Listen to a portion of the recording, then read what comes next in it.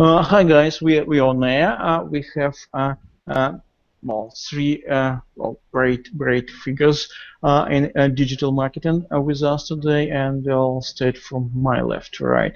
It's Dennis Yu, as very easy. Dennis Yu from Matrix. Dennis Yu, who is wearing a Facebook T-shirt which Facebook doesn't recognize for some reason. We have Larry Kim from Stream. Larry Kim, the first time with us. It's great, Larry, to have you here. Thanks. And we have Michael Stricker with his absolutely incredible new logo, the course of arms of Michael Stricker. Okay, I can see we do have viewers already, but guys, I guess you can start a little bit slow, so because people are late. So well, okay. And our host today, guest host, is Michael Stricker. Michael, it's all yours. Okay, thank you, Anton, for that intro. Great to have the giants in the marketing industry here, kind of the ultimate figures as developers of various software tools, and also running sort of an agency business as well. So covering all the bases in marketing and still finding the time to help educate practitioners about best practices, because as Dennis pointed out, they do this kind of stuff all of the time, and they have no fear of the camera, no fear of getting in front of the camera, and that's a great plus. So I'm going to jump in with a few stats while we're just kind of warming up and waiting for more people to enter the room, and then I'm going to make some introductions of our great big guests. And so you are probably already aware of these statistics, but I'm always driven by data, and so when I read that people watch more than 8 billion views of video each day on Facebook, and that was back in, what, maybe February of this year, that, it's grown since then. Add to that YouTube with, something like 10 billion video views each day, and then taking it more to the live side and saying that Snapchat also claims 10 billion video views every single day. So it's a huge, huge market. It is, I'm going to say, the most engaging form of content out there. And if you can get your hands on some decent video, and Dennis and Larry are going to have ideas about what makes it engaging in the first place, and that's going to be great to hear from them. But if you can get your hands on some great video and put a little money, fractions of a cent per view behind it, you can get some really, really great results. And so this is not necessarily about videos placed, say, on your e-commerce site, although that can really help. Shoppers viewing videos are 1.8 times more likely to purchase than those who don't view the video. But this is more about getting out there and getting in front of people, getting out in front of the public, and marketing. So let's move ahead with some introductions. Larry Kim, thanks for coming. Larry Kim founded WordStream, as you probably well know, bootstrapped that company, still contributes to both the product and the marketing teams. He's not just the face of the company, he's in the depths of the engine room all the time and out in front of the public as well. He likes photography and drone videography. So if you see something hovering outside your window in the twilight, could be Larry operating it. He has a 2-year-old kid. If you've seen Larry at shows, his lovely family comes along with him, and that's great support, because as I see it, Larry must be on the road like all of the time. So active on social media, some of the most retweeted SEMs according to 3Q Digital. And so where will you find Larry? Is writing on AdWords and Facebook ads, WordStream blog, Search Engine Land, Moz, Search Engine Journal, basically everywhere you could possibly look. So, Larry, thanks for coming. You want to say hello? Hey guys, great to be here. Thanks so much for having me. Thanks. And Dennis. All right, so we've got Dennis Yu. I ran into Dennis, who was, like Larry, recognizing how important the Facebook platform had become, how crucial it was that people use social advertising. If you're in paid advertising, you know that you're going to get the lowest cost per conversions if you use these vehicles right. So Dennis is CTO of Splits Metrics. He's handled social for the Golden State Warriors, Nike, Rosetta Stone, which you've probably seen their ads like all over the place. He lectures all the time, and as a matter of fact, he's joining us from, I believe it's Singapore today, where he's at a show, you know, doing his thing. So you may have seen him keynoting for Marketo Summit. He's spoken at Pubcon. Where will you see him? His writings and such, Wall Street Journal, New York Times, LA Times, I mean, he's everywhere. CBS Evening News.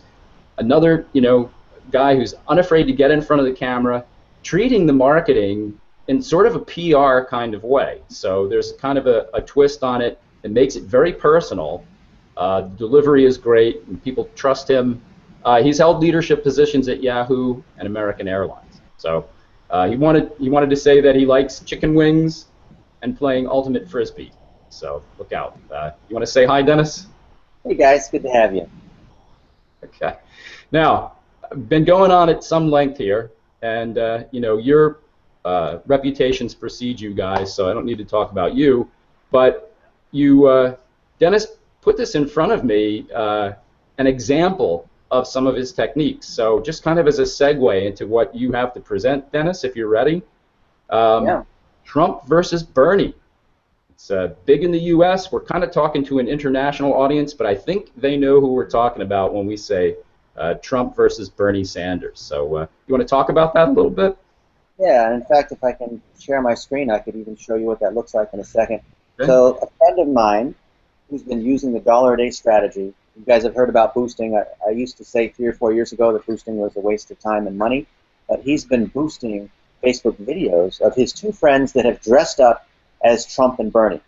And I think you know, their costumes are reasonably good, and by having a little skit where they go back and forth and yell at each other and, you know, do the mannerisms, I can't do it like they can. They boosted that to people that work at the New York Times, at the Tonight Show, for CNN, and thus by using this $1-a-day technique. Can you guys see my screen here? I don't know if I'm sharing this properly. Yeah, not yet. Okay, let me click on the screen share. He has been able. Was funny as heck watching that stuff. So here we go. You're up. Okay, this is a scraper that we've run to show all the different places that he's shown up because of the $1-a-day strategy. Now this creates a snowball effect because when he gets on the Tonight Show, when he's with Jimmy Kimmel, all it takes is one of these things. We then remultiply that to all the other TV shows, and the key with video is that with $1-a-day targeting, you can do remarketing against it, and then when you have 3 or 4 high-profile mentions, it builds celebrity, so that you're like that woman from Target or whatever, right? We have gotten hundreds of millions of impressions, and I think we might have spent a few $1,000s. It has built the career of these 2 amateur comedians, right? And this list keeps going to the point where we have an internal joke where we say, check the box next to the award that you want. Now, what makes this powerful is that they had content that deserved to be on Comedy Central or CBC or the whole interview thing, right? And when you have a snowball effect, this is not I don't want to say this is an impossible thing or we found this crazy outlier just to demonstrate to you guys, hey, look at these guys that took advantage of some weird trend that you can't do. This works for anybody because A, if you have content that's interesting enough that's worth sharing, and B, if you do this $1-a-day targeting, which we have in this guide here, which everyone should go through if you haven't seen it already, when you do workplace targeting by the media, when you want to influence the influencer, that's where the power is. But you need the content, and then you need to boost it. And that's the main thing I want to talk about and share examples of what's working. Larry is a fantastic content creator. He knows how to boost on LinkedIn and Twitter and Google. He's constantly testing these things. So when you have great content and you do really good influencer targeting, then you let the press do the work for you. Yeah, that's great. Yeah, that's great. That's a good intro. So what I'm curious about with Larry's stuff is, are you still talking about getting in front of the media, for instance, with that Twitter comment that you made, and all the promotion behind that? So we're talking about a lot of different things here. I just would just reiterate that I've used the tactics and strategies that Dennis is talking about, like promoting content to specific people and having asymmetrical, ridiculously awesome results, like ending up on television and 10,000 newspapers or something like that. Like it's definitely possible, and just by promoting that content to those influential people by making it into a video as opposed to just a plain text ad, that just further improves your chances, because as we know, the video ads are just more engaging, which means more higher relevancy score, which means lower costs and more views. Awesome, that's great. So would this be a good time, Dennis, for you to dive into your on-screen presentation and do the whole 9 yards? Yeah, let's do that. Let me go back to screen sharing. And if you guys have questions, go ahead and ask in the comments, because I'm just going to go through this really quickly. Okay, so you see here, can you see here we're talking about 6 phases, right? And if you do these things sequentially, then you build this snowball kind of power.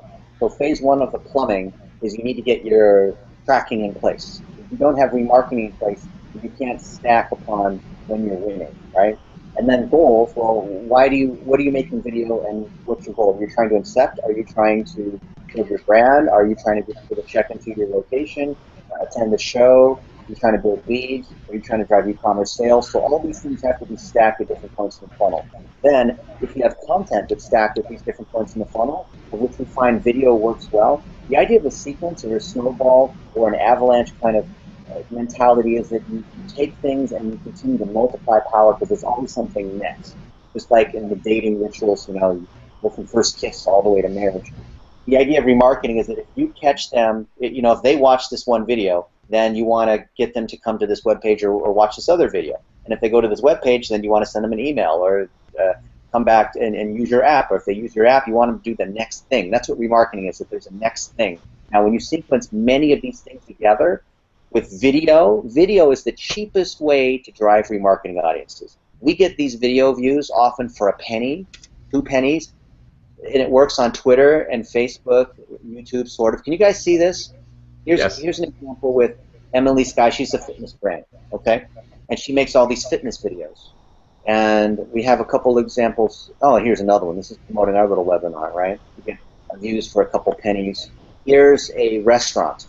They're an Italian restaurant in Chicago. They have a very small budget. It's Andrew. He's not technical, but he's promoting pictures of the specials and of the food, right? And some of these views, like normally he might get 30 or 40 or 50 views, but when he promotes it, he gets thousands of video views. But the key with sequencing is it brings them into the restaurant to then check in, right? It brings them into the next videos. It brings them into the next post that he has, and it drives to more people that are ordering, right? We see a direct correlation. Now let's go back to Emily Skye, where she's selling things online. Here you'll spend, Australian, a couple $100, and you can see cost per engagement. In this case, we're looking at views. We're able to get these for a penny, sometimes fractions of a penny. Now, when you do remarketing, like on Facebook, I think we were showing you earlier, like when we'll do it for the Warriors or do it for entertainment companies, other sports companies, the cheapest way to build remarketing audiences is off of a video view that builds these automatically, right? And when you do that, you have a Netflix mentality where you have seasons that have episodes. And so if you're a smart marketer, you're thinking about their season 1, episode 1, 2, 3, 4, 5. Do you have enough content to be able to sequence those together? Because if you do, then you have this amplification power, right? Because then you have word of mouth. I can show you some examples where we have a few videos out there that are up at 20 or 30 million views.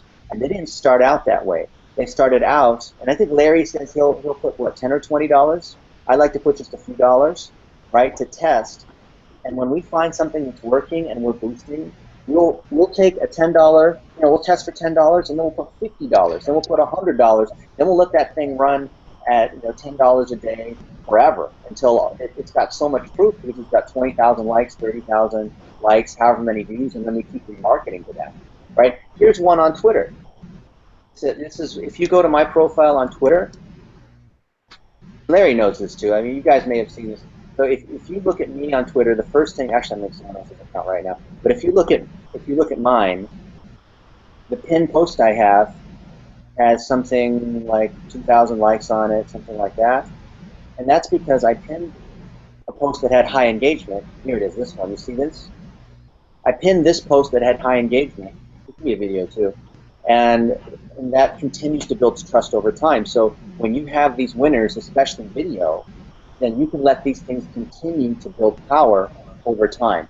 When these mentions, we take these YouTube videos and we remarket into YouTube, we post them natively on Facebook, and they continue to build power. The only time you're not able to build power is when it's an ephemeral event like for the Warriors, winning the NBA championships last year. That only lasted for a few weeks, because then we were able to remarket that in the t-shirt sales and this kind of thing. But the real power in video is that it builds these audiences for super, super cheap. And then as long as, now when people say, oh, I tried video boosting, it didn't work, it's usually because they had bad content, and it's usually because they were trying to drive only to the sale instead of driving through a sequence that would then lead to, multiple engagements that lead all the way down to a sale, right? And that's what we're showing here. There's a process on how you remarket from, within the Facebook ecosystem into your website. And if you have enough touches with Facebook video, we've found with any kind of client, it could be, because some people say it doesn't work for us because it's B2B, or we have a small budget, we're not the Golden State Warriors or Rosetta Stone, or these ones that you love to show as great examples because you spent a lot of money and generated a lot of money. It will work for agencies, it'll work for students that are trying to get jobs. We think video is fantastic. One of our friends was trying to get into Yelp. He was unemployed a few weeks ago, and he made a video saying why he would be amazing working at Yelp, and he targeted it against people that work at Yelp. So all the stuff on micro-targeting PR, like Michael, you're talking about, absolutely work. With video, it makes it stronger. You don't have to use video, but I feel like with video, it's better. Any kind of content you have with video, you make it better. Yeah, that's great stuff. I think I saw in the material about Trump and Bernie Sanders, excuse my mascot in the office here, that the cost was like 0.04 cents or something like that per view that this was achieving. So clearly low budget. I think that the idea of sequencing is essential because the promotion of the video is not the desired end result, right? It's part of a plan, and you're trying to lead people up the food chain or whatever to maybe a bigger rock, a bigger piece of content, some kind of goal completion. So what would be, like in the instance of the the Golden State Warriors, what would be the ultimate goal of that kind of campaign where you've built this great audience and they're all thrilled? Now it's kind of the end of the season. What are you trying to get them to do? Well, you've got a relationship, and over the course of the season, you know that you're only capturing a portion of the value of a fan. Now, we happen to have done a little bit of calculation and measurement with the assistance of Facebook, and we found that a fan in the course of one season right now is worth 70 cents in terms of their total ticket buying and merchandise value, an average fan. Now, if we get that fan into a remarketing audience, meaning a video view audience, we have an email, they've installed the app, we have them pixeled, because we're running Google Tag Manager to then drive the Google AdWords pixel, Facebook pixel, Twitter remarketing pixel. Their value doubles to $1.42. Okay, wow. And that's per season. Now, if the Warriors continue to win, we can say $1.42 times 5 years, 6 years. Now with Kevin Durant, we have an extra source of jersey sales. So we have the number 1 and 2 jersey sellers in the NBA, and I think in all the pro sports in North America. We should be at number 1 and number 2. So the value increases because we're increasing the number of fans and we're increasing our ability to monetize. But it's not a one-shot, buy all our stuff right now, and that's where marketers fall apart, is that they have one shot and they say it didn't work. Now, if you know email works because you have an autoresponder, because you have a sequence of emails. Well, with video, why don't you have a sequence of videos? So for those people who are saying they're not getting ROI out of video, I would say, do you have a sequence of videos that lay out the relationship? A few videos about building audience, a few videos that are engagement, and a few videos for conversion? Or you just have one video trying to drive an immediate conversion, and then you said, it didn't work. Yeah. So I worked out 2 hours. I'm still fat. It didn't work. I don't believe Larry's weight loss program, right? Oh, Yeah. Larry, that's an over. outrage. Just kidding. The whole thing's a sham. Going to the gym's a sham. You don't lose weight. I went and worked out really hard for 3 hours today. So can I ask a question? Or, you know, it kind of tails off a part of that, and that is that you've built this audience. You've invested in them. Let's say, you know, you've done this repeatedly. You're not, you know, trying to do this all at once. And how transportable is that audience? How can you move that onto other platforms?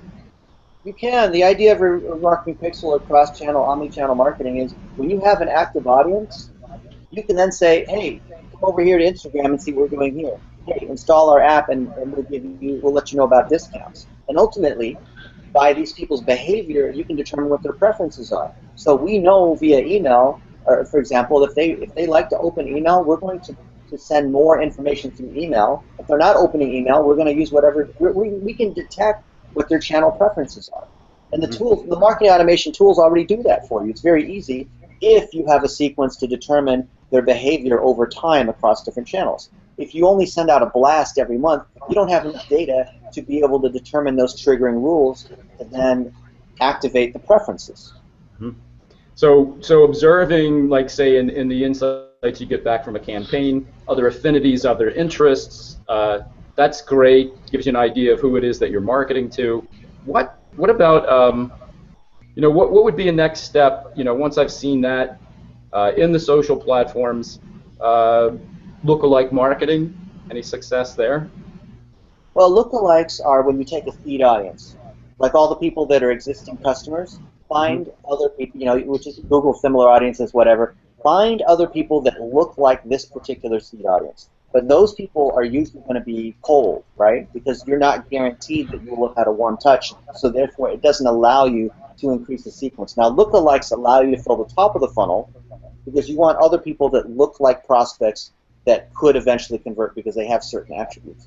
But that's not the same thing as building audiences that have engaged. And anyone who is, the idea of if-then logic, there's action-triggered sequences where if they have used one of Larry's scoring tools, if they attended Pubcon, if they filled out a form, if they've watched a video, if they've taken a particular action, then here's the next thing in the sequence. And if they consume that piece of content, then this. If they didn't do it, then that. So imagine this logic tree of all this if and then.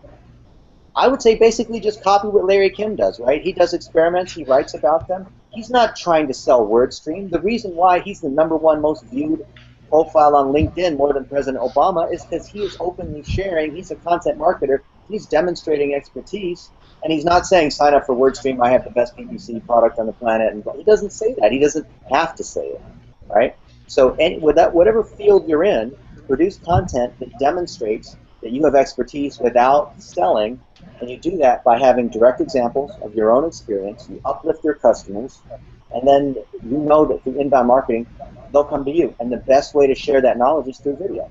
Because Awesome. video simulates the direct, you know, let's sit down and have a coffee, come to my office, we'll get together, we're friends. There's nothing, you're trying to simulate that experience, right? Right, right. Larry, you know, so love unicorns, like reading about TEDx. So maybe you can tell us a little bit about your own content approach, because I think a lot of people struggle, a lot of marketers, a lot of business owners struggle with, like, okay, video. Oh my God, you know, I got to hire a studio and, you know, videographer and editor suite and all that. Just can you tell us, like, your approach? Well, how do you pick your content? Sure. I don't know. Am I allowed to go into my deck here, or is this just like a casual thing? Yeah. It's a good Okay. time. All right. So all right. So let me just pull this up here. Okay, sharing this thing. And can you see the screen? It's like 5 ideas about video marketing. Yeah, we can see your whole app in there. You might want to go full screen on it. It's not full screen? Like, No, no. just lower right of your red menu at the bottom, I believe, is full screen. Lower right of my menu. You have to when you share a screen, you have to choose option entire screen, and after that start playing. Entire screen, sure. Okay, great. So And now play it now. How about now? Okay. Yeah, great. Oh, looks good. All right. So look, guys, I'm new to this video marketing thing. I've only been doing it for about a year, so I'm not the guru, but I wanted to share with you kind of 5 ideas that I've learned about this that kind of cover the basis of like how to get started. Okay. So the first question, it's like, why should I be doing the video in the first place? Now, Michael talked about like that there's billions of views, but I don't think that's like a good enough reason to do this. Like, just to get, I mean, like unless your goal is to be internet famous, a lot of businesses they're actually trying to sell stuff. You know what I mean? So. So I just wanted to kind of take it back a second here and talk about how video really works and advertising for that matter. So what's the purpose of video and commercials and ads? It's to bias people, all right? So what you're trying to do is you're trying to create some kind of a piece of content that's inspirational or memorable or funny that kind of gets people to think about your brand, and what you can do is you target that video content or that content to your target market, the people who have like women who are a certain age or whatever your target market is. You just target that memorable, inspirational video content to those people. Now, what happens then is these people are going to actually look at the ad. They're not necessarily going to buy your stuff right away. But in the back of their head, they're going to form a bias, okay? And this is really important because later, when they do need to buy whatever the heck you are selling, okay, they'll either do a branded search for your stuff, like on Google, they'll search for the thing that they need, and lo and behold, your company will show up either in the paid or organic results, and it's not just a coin toss. Like, they're much more likely to favor the brands that they've heard of in the past. You see what I'm saying? So that's where that bias comes into play, and also you can also win this game by people doing unbranded searches where they just find you, they search for like WordStream or Blitzmetrics or something because they've heard of this because of like some video content that they've consumed before. Just so I'm not blowing smoke up your ass. I've done some measurements here and comparing like click-through rates for new and returning repeating visitors. Okay, now what this does is it just basically tells you kind of the impact of brand affinity. Like, so if people have heard of you, like maybe perhaps for some inspirational video that they watched earlier, if they've heard of you, they're like, this is like 3 of my customers in different markets. What I did was I just targeted the same keywords, and used people, new versus repeat visitors. And what you can see here is that bias. It's like it increases the click-through rates by 2 to 3 times, and it also makes people more likely to buy. Okay, so like people who are familiar with your brand, they're 2 to 3 times more likely to buy whatever it is you're selling. So that's why we're doing this video. It's because we're trying to bias people, and the most memorable way to bias people is video, because the brain processes this visual content, and it's just much more memorable, and you can communicate so much more information in a short period of time. All right, so basically what I do is I use this engagement targeting that Dennis was talking about just a few minutes ago, about like sequencing the people who watch the video, then I want to show them the next video, that kind of thing, and I've come up with like a stack where it's like, if it's a new visitor, I try to go with generic content, like who am I targeting? I'm targeting like interests and behaviors and demographics and lookalikes, kind of like people who might be interested in my product but haven't yet heard of me, and then once they once I capture them, having them see once they've consumed my video, I can kind of remarket to them like in a sequential way, and eventually leading to a purchase at some point in time. So that's kind of the big picture. Hopefully you're still with me, Mike. Any questions so far?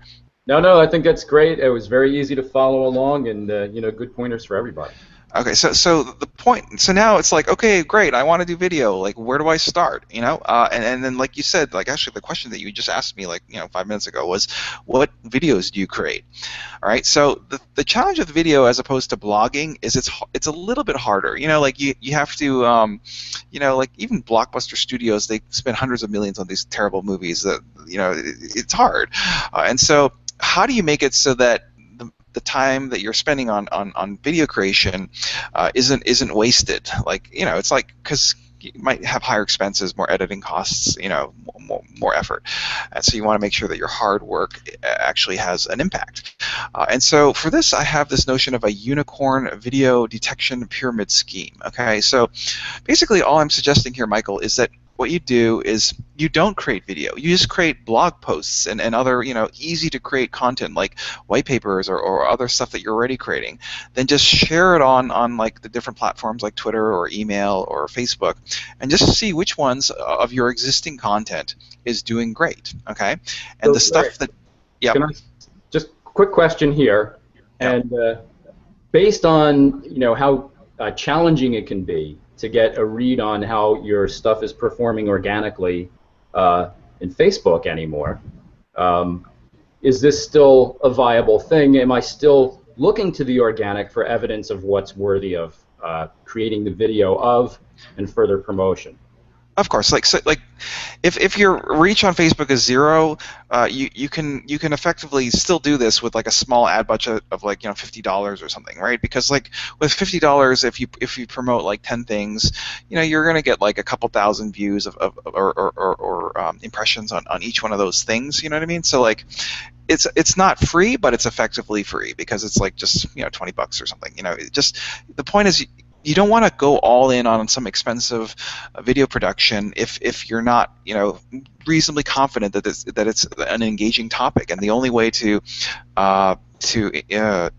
audition these things are either organically through Twitter or Facebook, or just apply a small budget, $50 or something like this, to just try them out and see how they do. Like just your existing blog content, for example. Another thing you could do is you could look in your Google Analytics and just see like what are my top blog posts for the last year. You know what I mean? Like just find out what's the best performing stuff that you already have. Okay, and then what you do is you take the top 2% or top 3% of those videos, or sorry, of that non-video content, and just turn it into a video, right? Because like basically you already have a killer idea. It's like already resonating with your target audience. You're just making it like an even better production. You see what I'm saying? So that's kind of like my video production pyramid detection scheme. It's kind of like Hunger Games, where you have these little people battling it out in the districts, and then one of them becomes the winner. That's the same thing. You can't turn every piece of content into a video, so you want to make sure that the content that you do turn into a video is the best. Any questions on that one, Mike? No. So I've got a unicorn at the top of the pyramid, and standing atop the bodies of all the content that didn't quite make it. I'm ready to repurpose. Or is this at the point when I'm thinking about folding this up into like a sequence and making a series of things from it? So what I would do is usually the top topic, you could then chunk that out into like 2 or 3 or 4 pieces, and because people's attention spans are short, you can't they're not going to watch like a 30-minute documentary on your stuff. So you could maybe chunk that up, your best idea into a sequence of like 3 or 4 videos that were like 30 seconds. All right. All right, so moving along, so that's the first idea. The other idea is just like you're like, wait a minute, I can't do this. This is too much effort. I just want to experiment with video on the cheap. Okay, that's cool. So the kind of the hack that I do is I turn images into video. So this is a pretty crazy hack. Basically, what I'm doing here is I just take GIFs, or I just take basically. These are just promoted posts on my Facebook page, and all I did was I just uploaded them as videos. So like this one here, let me see if I can find you my Facebook page. It's do you see my Facebook page here? Yes, we do. Okay, this is so ridiculous. So like, this is just like I just use a dumb editing tool to make a stupid unicorn run across the screen. Okay, now why the heck am I doing this? Okay, well, it's a kind of an interesting hack. So I put video, I put music. Can you hear that music? No.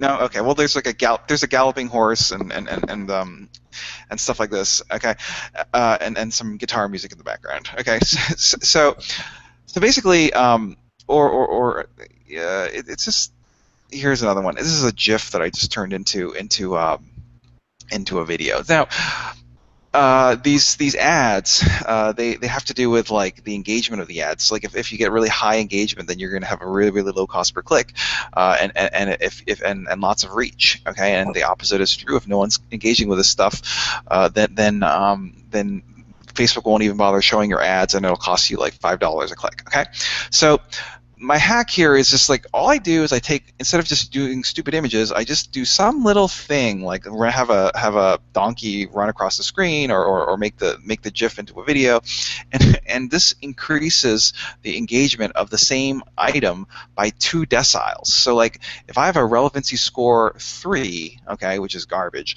now I can just by making this little change to the creative, to making it a video, it increases it from 3 to 5, and so it's not bad. I mean, it's not great, but it's infinitely better than a 3. You see what I'm saying? And so that means my cost per click and my cost per views are going to be substantially lower, and my reach will be better. So like this is kind of like a real simple hack. Just like if you're not convinced about the power of video, just make these little changes to your images, and you'll see the change in engagements. I think people are like bugs. They see something on their Facebook screen that's like moving, so they're like, oh, I need to know what this is about, because it's like a dumb horse is running around or something. So that's the other idea. It's like that's basically trying to get its videos on the cheap, and we're going back to our screen. Any questions on that idea? No, that's great. So adding motion captures attention. We know this is an attention economy, so if you're the only moving thing on that page, then you're going to get all that attention. And the idea that you're adding some delight. So somebody's looking for a little entertainment, and you're finding an inexpensive and fast, efficient way to produce that. So yeah, like webinar invitations do terribly on Facebook. Okay, like it's like relevancy scores 2s, 3s, and 4s, right? So just by adding this little dumb hack, it becomes relevancy scores, 4, 5, and 6, which is it's not great, but it's still better than before.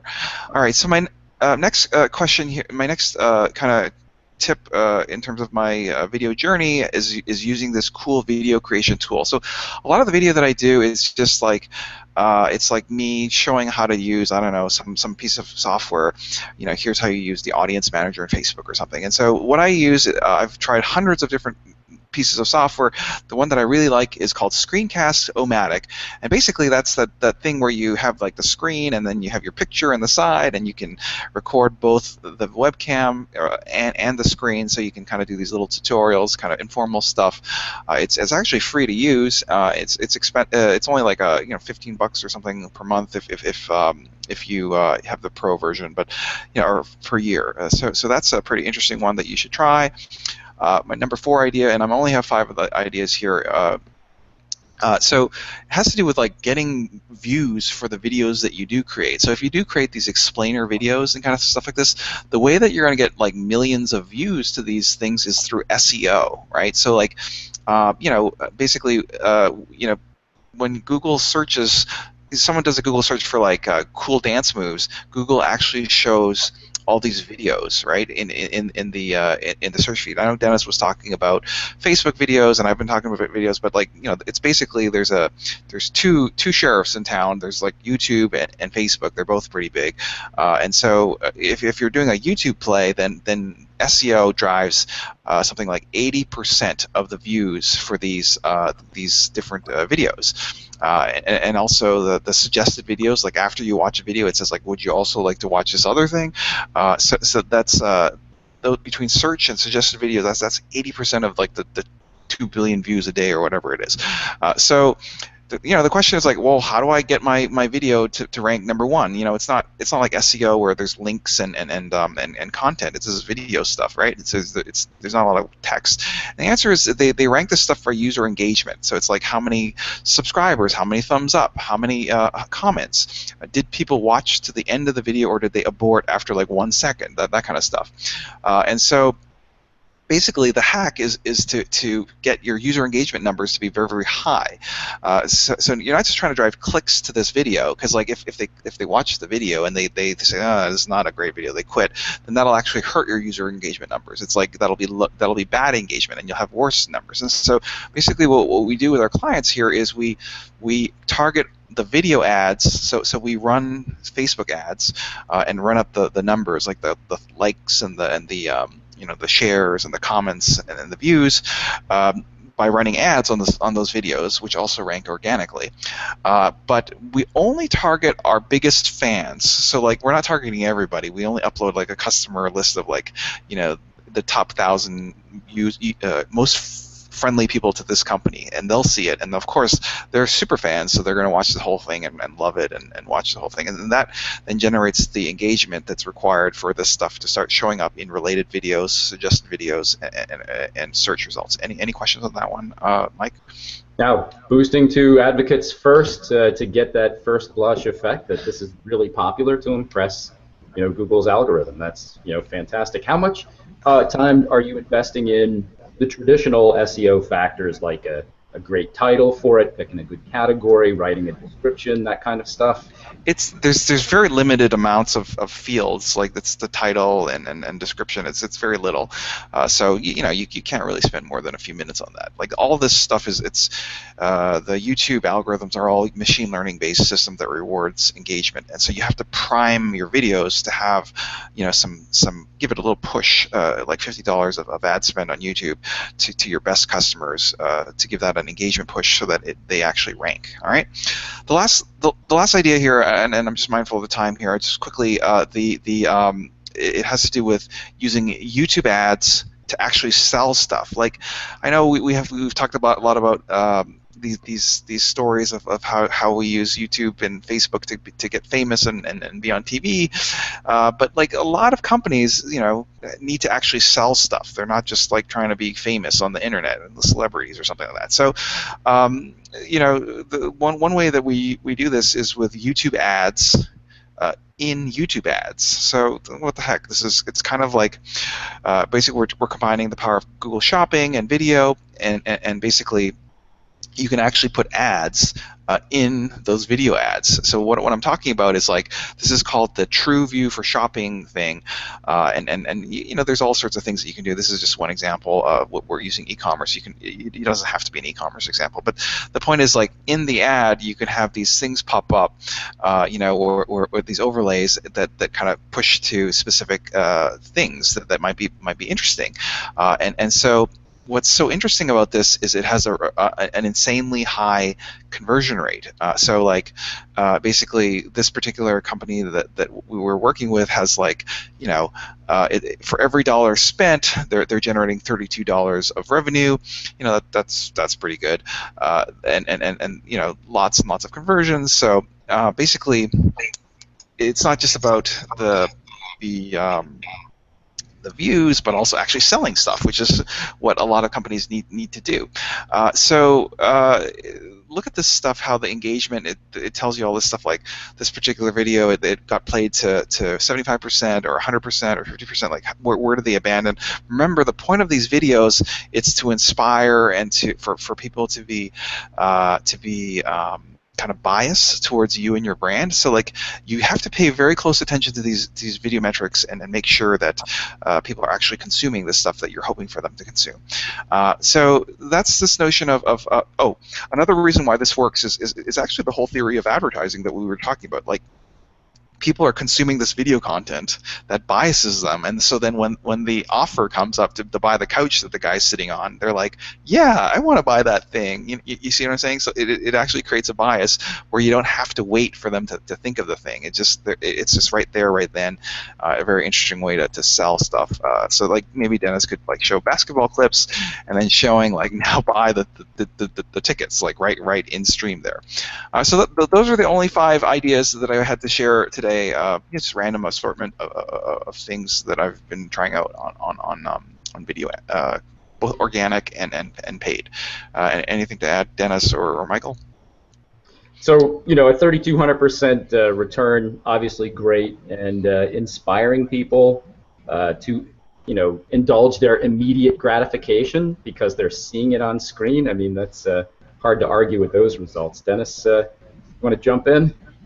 Yeah, I want to show you something that piggybacks on. Oh wait, I think I'm the wrong one. Let me go to screen sharing. So Larry was talking about biasing, And we like to say, another way of saying that is a causal conversion, because it's one thing to drive engagement, because you could put out a lot of dumb things like Taco Bell. The reason why they did, the thing with the Chihuahua was the reason they stopped it was because it wasn't driving actual conversions. It was driving people that were engaging, right, but not converting. So here's a test that we ran with Rosetta Stone, and you can see here we ran 3 cells. One was direct response, which is buy our stuff, a bunch of emails. Cell 2 was we ran video at this before and then DR, right, which is buy our stuff, and then video and DR at the same time. And the short story is when we did these tests, we found that by running video with our other marketing efforts at the same time, so if we had a sale or if we had some kind of campaign like, hey, you should go to Paris and learn French or whatever it might be, that video was an amplifier, and video alone didn't work.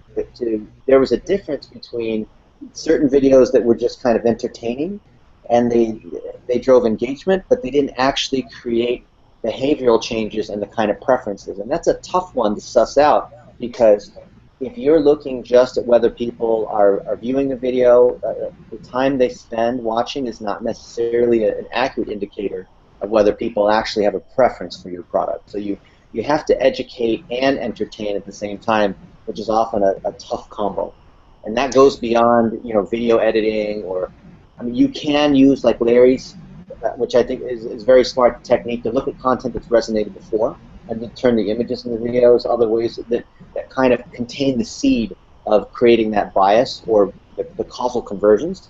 And when you do this kind of test and control, now not everybody's going to have the kind of money necessary to run this sort of test, and we did this together with Facebook, with their stats team. There's some stuff that only they can run because they have access to certain kinds of data.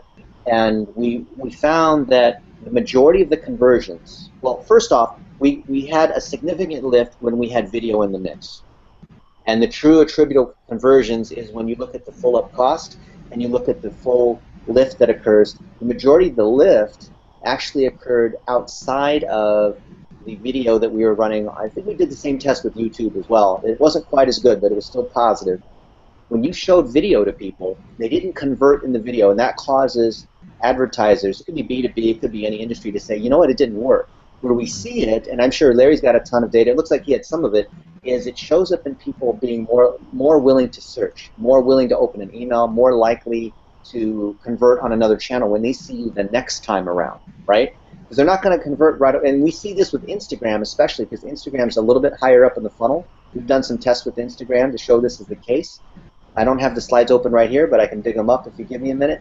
But people will engage there, but later at their next touch on another channel, it will increase your conversion. So you have to extend that conversion window to show that that's the case, and you have to track it across these other channels, right? So here with these 3 cells, we track what the lift was, put in the real cost, and figure out what the incremental CPA was, because like Larry said, yeah, it's one thing to be famous, but it's another thing where you want to drive sales of your products, right?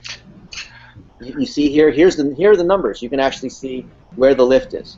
And there's only so much you're going to get on a 1-day click versus the attribution where there's a view through versus like a 28-day click that moves over because of a custom audience, because you continue to retarget the people that saw your initial video, right? And when you keep retargeting, that's when you're getting the value. Now, most people use retargeting, you know, the regular web retargeting where you see the hotel or the item that you looked at on Amazon follow you around and around, and they show you the same thing. But imagine if you show video, you reset the context. It's something different. They're more likely to pay attention than, you know, seeing the same thing 10 times over and over and over again inside your mail on these random websites all over the place, right? I see Larry does such a good job of retargeting, I don't even want to visit WordStream because I know I'm going to get retargeted, right?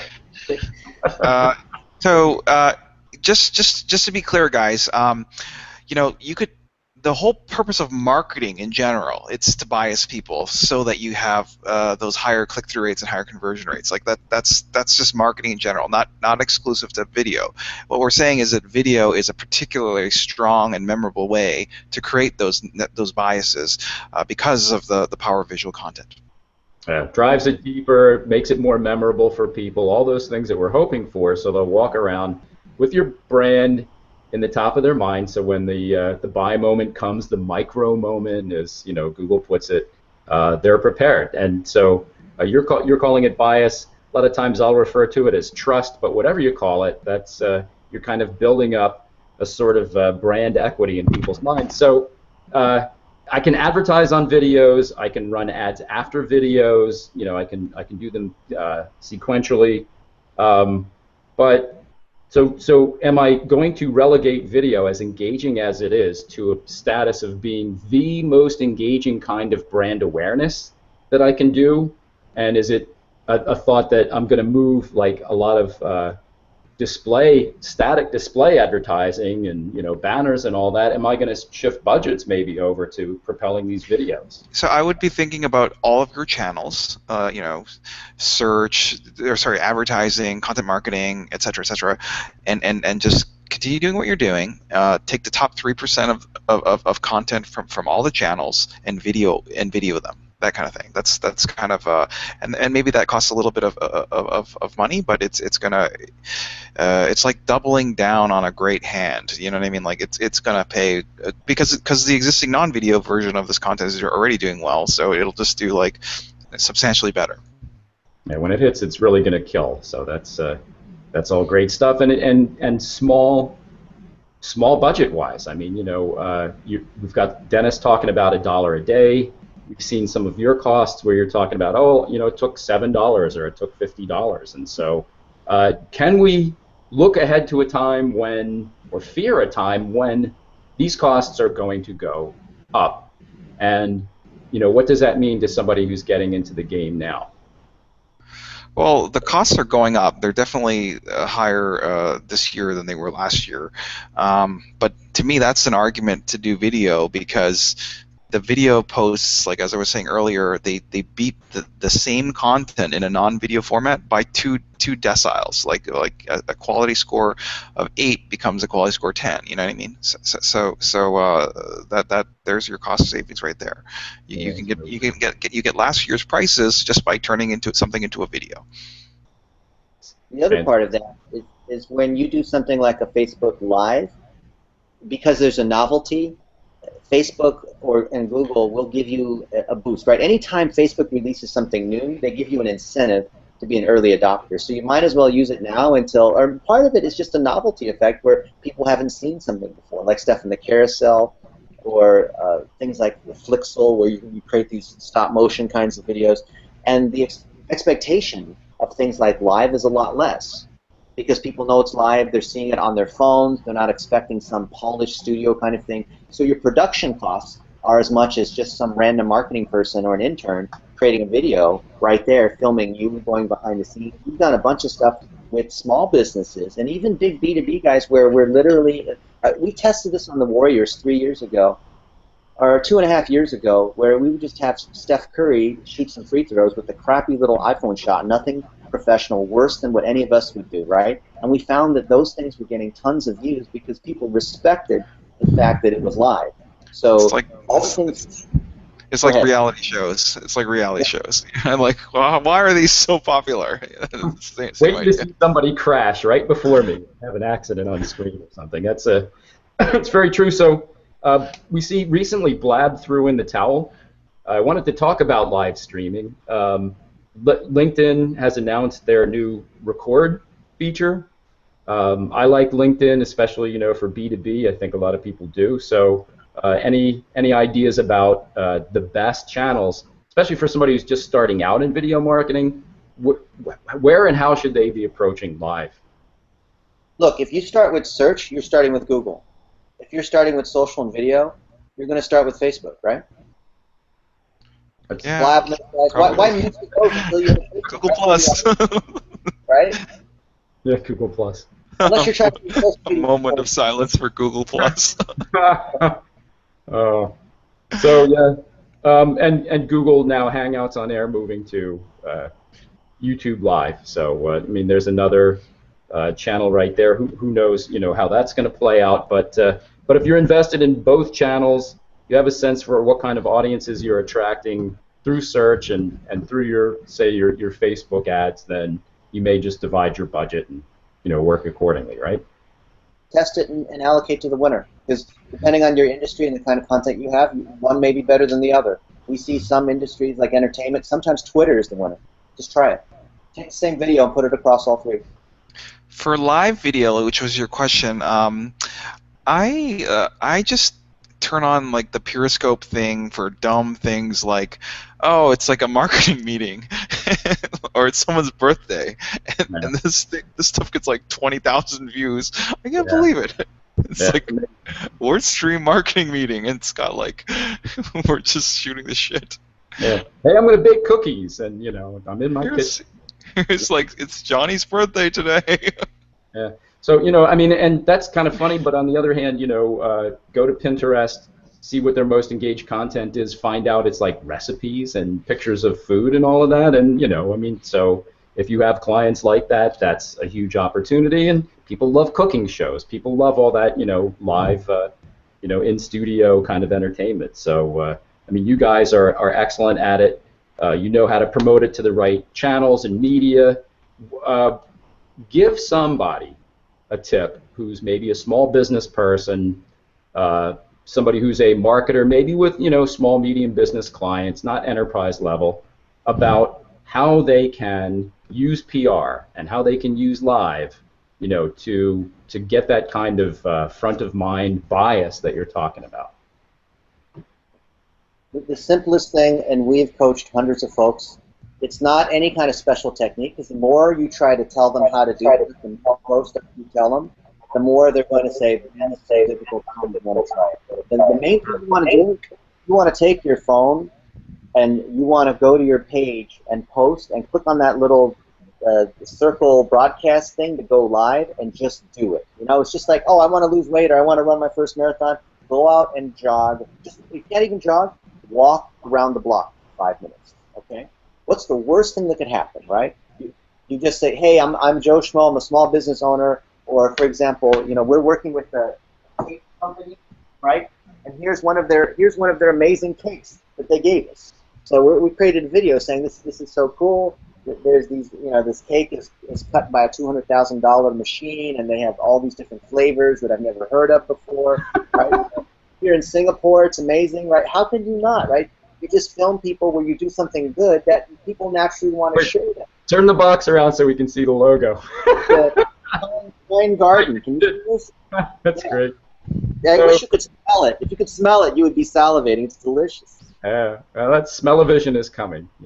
Yeah, but that's my number one piece of advice is just produce a 1-minute video about something that happened in the office, about something at in your retail store, about a customer that something happened to them. It doesn't have to, you don't have to sell anything, and just or have your other staff create some 1-minute videos. Nothing fancy. You don't have fancy lighting. You don't have to have a videographer. It's just like us chatting right now. You can talk for 60 seconds and just get over the whole Hollywood. I'm not Tom Cruise. I'm not the most beautiful person. I don't look good. Oh, my hair. I don't even have any hair. And here we're doing video, right? If I can do this and I look like this, you look better than me. So there's no excuse not to be doing live. And that's my number one tip. Just go out there, try it. I think you'll find that people will engage. I think you'll find the compliments and the feedback you'll get will encourage you to do it again and again and again. Then invest and do things nice and do things at WordStream scale, right? But just get something going, just to see. Great. So for me, it's been I've tried a bunch of things with live video, and the more it feels like traditional marketing, the less the worse it's done, and the more informal it was, like someone's birthday party or something like this. Like that was our best one. No one wants to be marketed to. It feels like advertising. In fact, if it looks too good, then people are suspicious, right? Yeah, that's true. You can't be too polished. So, if you guys don't mind, can I jump in with some questions from the audience here, just to close out the show? We've only got a few more minutes, and want to make sure we touch on some of this. So, somebody mentioned specific services. Larry, I actually appreciate you brought up some very specific products, and that's helpful for people who are just starting out. Screencast-O-Matic, TrueView ads, great stuff. What do you think about new services dedicated for marketing video and video ads creation? Now, this person brings up promo, video, Video. You have any thoughts about that particular kind of tool set? I have not used them. Have you, Dennis? Well, I don't want to be biased because a few of them have paid us for consulting, and we get hit up with free accounts by all of them. I'll just say this: almost all of them have free trials. And if you're a pro video person, then you might want to do, Premiere, Final Cut Pro, those guys. And if you're simple, use the free tools that are out there that are tied in with things like Canva. Very simple, right? So none of them are really better or worse than the other. It just depends on your level of skill. Just like some designers, they want to use Photoshop, and other ones are going to, use GIMP or Paint or in a hurry, you may use something that you don't ordinarily use. I've done some Animoto stuff, and it's you get a soundtrack, and it kind of goes to town on it, and kind of templated, but it works. Or the idea of animating a unicorn to run across the bottom of it. The Animoto is what we use to turn the images into something that moves, so yeah, absolutely. Yeah, flying stills around the screen. All right, we got another question here, Lizette. How about videos snapshots? Are snaps, and I wonder if they're saying, maybe a smartphone cam or other shots, good enough for business marketing, taking stills out of video or turning stills into video. Video stories, is it good enough to build a big audience? So starting from less than stellar, low production value material. Well, this is what I was talking about, where it'll actually increase the engagement by 2 deciles. That's a big deal. Do that as a minimum, but that's the table stakes. You still want to have some medium form and longer form video stuff, in addition to the little stitching together a bunch of pictures in Animoto kind of thing. Mm-hmm. And you start off with slideshows, right? Take a few images of customers of your store, of you, or whatever, and that's your video. I mean, it's not a great way to start with video, but it's probably better than just images. Like Larry said, because there's motion. Fine. Good stuff. We got another question here from Ash. We're just hitting the time now. What's the best way to create animated videos at low cost and budget? And I think we're going to have to come back to this in the future. Anton, maybe you want to jump in, because I think we're at time. We talked about some of the tools. Hopefully, Ash, you picked up a couple of pointers here. And we'll have the comments, I guess, on your page at webpromo.expert to add maybe some additional feedback.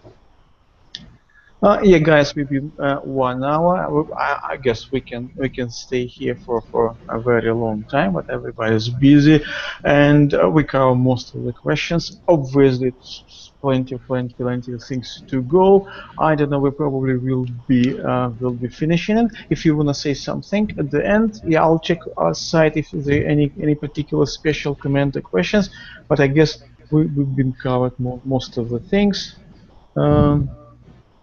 Yeah, people say particular services, iMovie, for example, who are some people actively adopting videos in their marketing mix.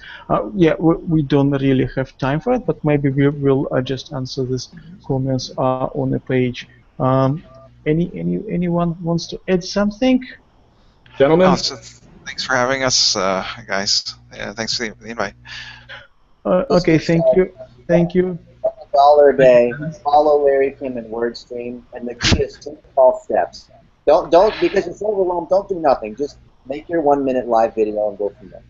It's a low threshold, to get started, and I think that was a great message for everybody. So thanks a lot, Dennis, for coming. I really appreciate that. This is probably 2 o'clock in the morning or whatever, wherever you are. Thanks for turning up and being so bright. And Larry, always great to hear from you. You always have great information, helping people out. And thanks for taking the time.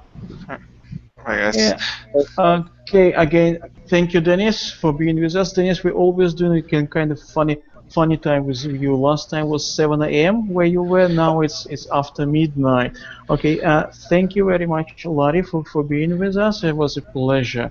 And we have our guest host, the one and only Michael Stricker. Okay, thank you very much, guys, and thank you everyone who were with us today. We had plenty of stuff. We had 2 great giant of business and the Michael Stricker. Okay, we're going off air. You can say, Mom, I'm on the telly.